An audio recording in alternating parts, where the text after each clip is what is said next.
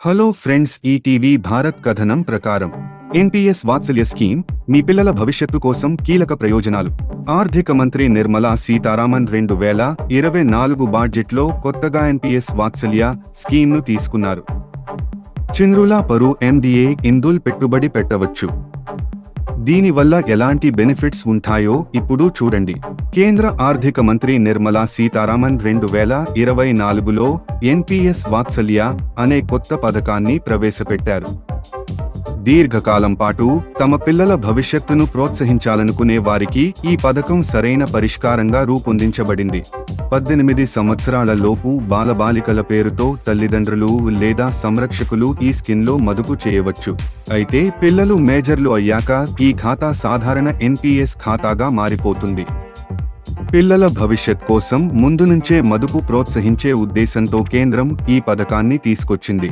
పన్ను ప్రయోజనాలు.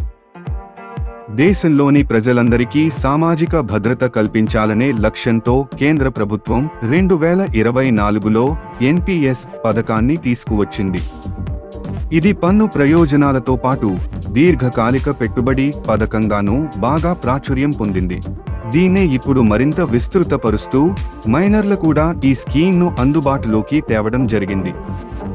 అంటే సుకన్య సమృద్ధి యోజన పీపీఎఫ్ పథకాల సరసన ఇది చేరింది. 2 రకాల ఖాతాలు. ఎన్పీఎస్లో టైర్ 1, టైర్ 2 అనే 2 రకాల ఖాతాలు ఉంటాయి. టైర్ 1 అనేది ఒక ప్రాథమిక పింఛను ఖాతా. ఇందులో ఉపసంహరణలపై కొన్ని పరిమితులు ఉంటాయి. టైర్ అనేది స్వచ్ఛంద పొదుపు పథకం లాంటిది. ఎన్పీఎస్లో పెట్టుబడిపై సెక్షన్ 80 CCD 1B కింద 50,000 రూపాయల వరకు ట్యాక్స్ బెనిఫిట్ లభిస్తుంది. అదనంగా సెక్షన్ 80C కింద 1,50,000 రూపాయల వరకు పన్ను మినహాయింపు లభిస్తుంది. 60 ఏళ్లు నిండిన తర్వాత అప్పటి వరకు పొదుపు చేసిన సొమ్ములో 60% తీసుకోవచ్చు.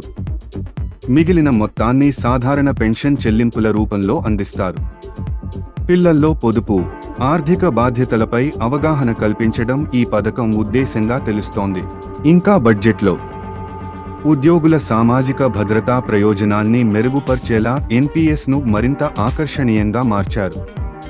ప్రైవేట్ కంపెనీలు తమ ఉద్యోగి ఎన్పీఎస్ అకౌంట్లో నిధులు జమ చేస్తున్నట్లయితే ఆ సంస్థలు పన్ను రాయితీ పొందేందుకు అవకాశం ఉంటుంది. ప్రస్తుతం కంపెనీలు తమ ఉద్యోగుల ఎన్పీఎస్కు తమ వాటా కింద చెల్లించే మొత్తంపై మూల వేతనం ప్లస్ DA 10% వరకు టాక్స్ మినహాయింపు వర్తిస్తుంది. తాజా బడ్జెట్లో దీనిని 14% పెంచారు. ఇంకా కొత్త పన్ను విధానం ఎంచుకున్న ఉద్యోగులు తమ ఎన్పీఎస్ వాటాలపై పన్ను మినహాయింపు పొందొచ్చని ప్రకటించారు నిర్మలా సీతారామన్.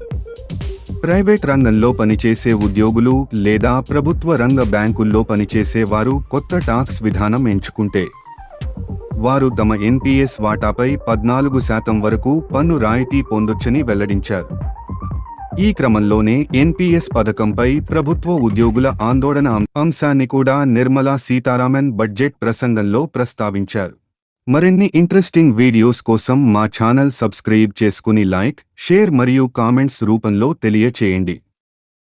Bye friends.